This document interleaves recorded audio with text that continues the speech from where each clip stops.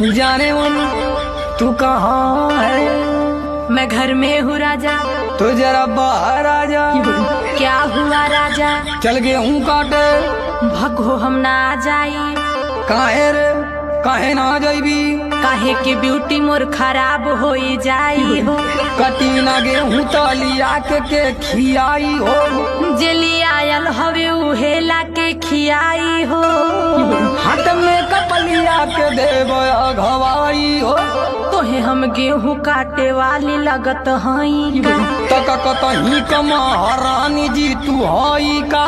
लेके दहेज आइल बानी नई हरे से। हाथ लतियाई के भगाई देहब घर से। देखा कुछ हो कला हमसे न होई कटिया हो। टका दिन भर बैठ के तोड़बू घर में खटिया हो। देखा हमसे न जब